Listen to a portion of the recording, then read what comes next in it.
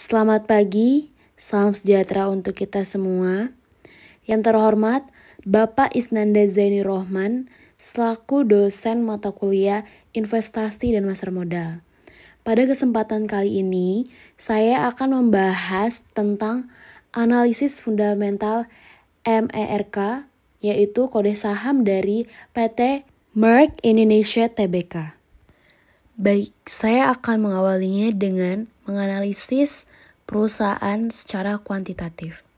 Saya akan membandingkan rasio-rasio keuangan perusahaan-perusahaan yang ada pada satu sektor, yang dimana di sini pada sektor farmasi. Nah, MERK ini berada dalam subsektor yang sama dengan KAF, yaitu Kimia Farma, dan ada juga KLBF, yaitu Kalbe, dan INAF, yaitu Indo Farma. Untuk membandingkan rasio-rasio perusahaan ini, saya menggunakan 5 rasio, yaitu yang pertama adalah ROE, yaitu Return on Equity. Semakin besar ROE-nya, berarti semakin baik juga perusahaan tersebut dalam menghasilkan labanya. Lalu yang kedua ada DER, yaitu Debt Equity Ratio, yang dimana semakin kecil maka semakin baik. Kemudian ada PER atau Price Earning Ratio. Jadi membandingkan harga saham dengan earningnya, rasio ini semakin kecil maka dia semakin baik, yang dimana makin murah pula harga saham tersebut. Kemudian PVBR ini dia juga sama, semakin kecil maka dia semakin baik, yang dimana berarti semakin murah juga harga sahamnya. Kemudian yang terakhir ada dividend yield, di mana semakin besar maka dia semakin baik. Oke, karena kita membandingkan dari perusahaan-perusahaan yang ada ini, kita mulai dari ROE, yang dimana kalau di sini kita dapat lihat yang paling besar itu yang paling baik. Berarti di sini yang paling baik adalah dari Kalbe, yaitu sebesar 15,64%. Berarti dia baik. Dan MERK, yaitu dari Merck, itu peringkat kedua, yaitu sebesar 11,74%. Lalu di sini saya akan mengambil 2 saham, yaitu dari MERK dan KLBF. Kenapa? Karena dari sini saya lihat dari ROE, DR, PR, PBVR, dan dividend yield-nya mereka imbang, mengungguli satu sama lain. Ada yang peringkat 1, ada yang 2. Dan yang KAF dan INAF itu mereka peringkat rata-rata 3 ke bawah, 3 dan 4. Jadi saya akan hanya mengambil 2, yaitu MERK dan KLBF, untuk dianalisis kembali rankingnya.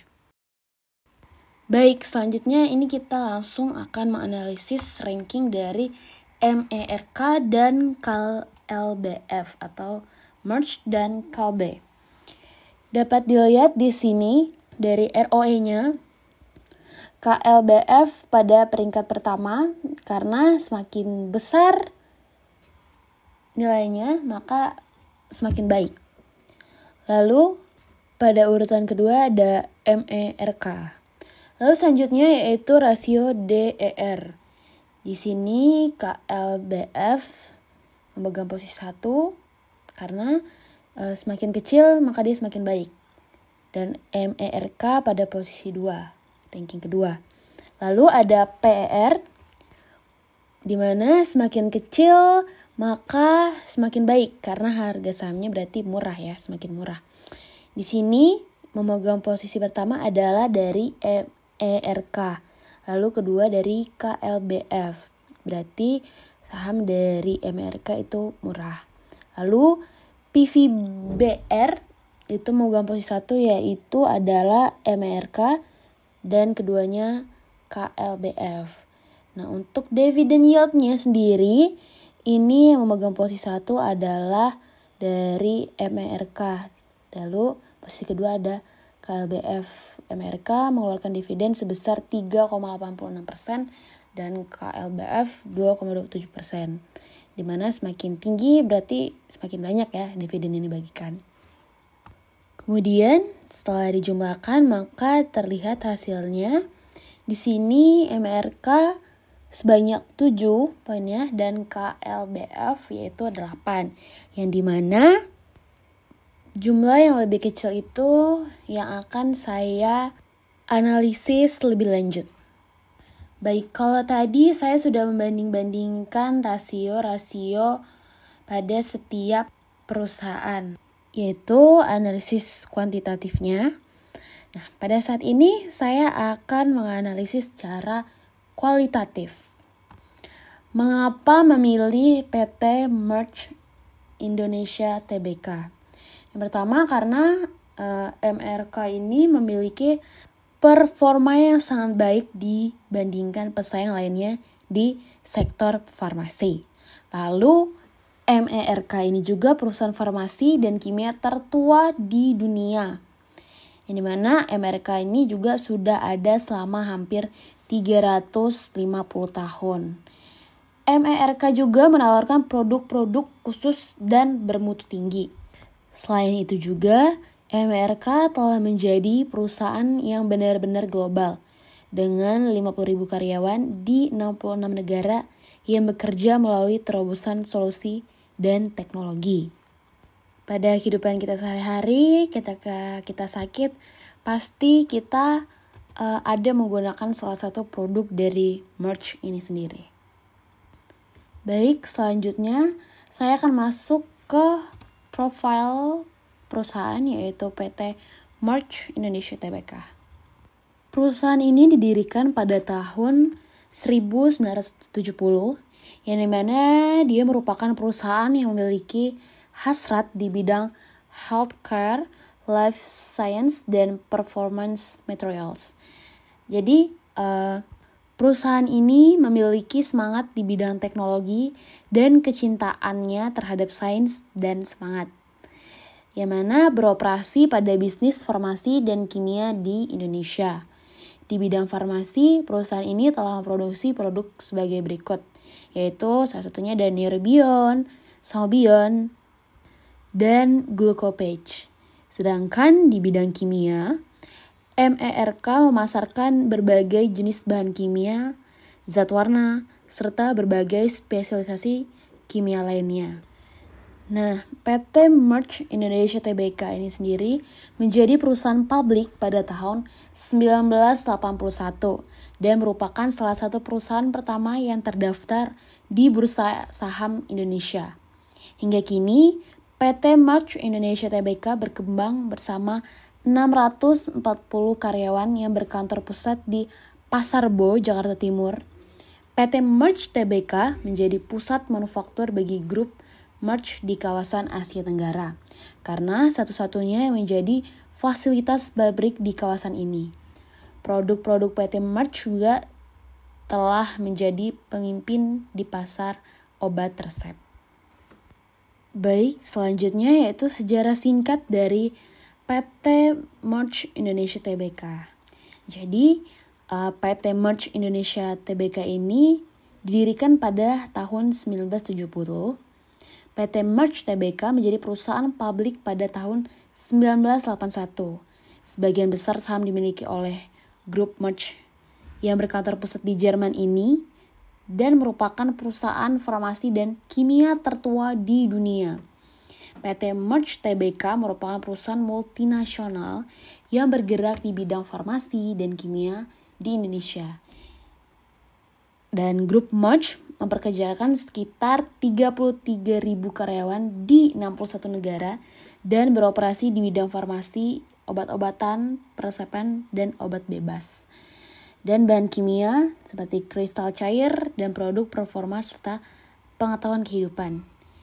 Di Indonesia, PT Merch Tbk merupakan pemain utama di bidang farmasi maupun kimia dalam bidang farmasi. Nah, selanjutnya ini ada direktur dan komisaris serta komite audit pada perusahaan Merch Indonesia Tbk. Di mana ketika kita mau memulai investasi pada suatu perusahaan, kita perlu mengetahui jajaran direktur serta komisaris yang ada di perusahaan tersebut. Kemudian di sini ada berita tentang PT Merch Indonesia Tbk saat pandemi, yang dimana mereka menyandang sebagai perusahaan publik di bidang healthcare. PT Merch Tbk mampu mencetak kinerja cemerlang pada semester awal 2020, di mana lonjakan laba bersih Merch secara tahunan mencapai 424,78% dari 6,12 miliar pada Juni 2019 menjadi 32,12 miliar pada Juni 2020. Padahal pada saat itu COVID atau pandemi sangat tinggi, tapi PT Merch Indonesia Tbk ini mampu mencetak kinerja yang cemerlang pada tahun 2020. Lalu juga pada saat pandemi, Merch ini membagikan bonus puluhan miliar, di mana mereka membagikan dividen tunai senilai 130 per saham atau sebesar 58,2 miliar yang berasal dari laba bersih perseroan di 2019 yang tercatat 78,3 miliar. Dan Direktur PT Merch yaitu Ibu Evi menyebutkan jika sisa dari laba bersih tahun buku 2019 akan dimanfaatkan untuk memperkuat belanja modal dan modal kerja MERK. Hasil dari PT Merch Tbk beberapa tahun ini perlu dijadikan pertimbangan bagi investor yang ingin menanamkan modalnya kepada perusahaan Merch, baik dari mencari capital gain ataupun dividen, karena pada tahun 2020 Merch membagikan dividen sebesar 3,86%. Sekian presentasi analisis fundamental pada PT Merch Indonesia Tbk. Saya ucapkan terima kasih.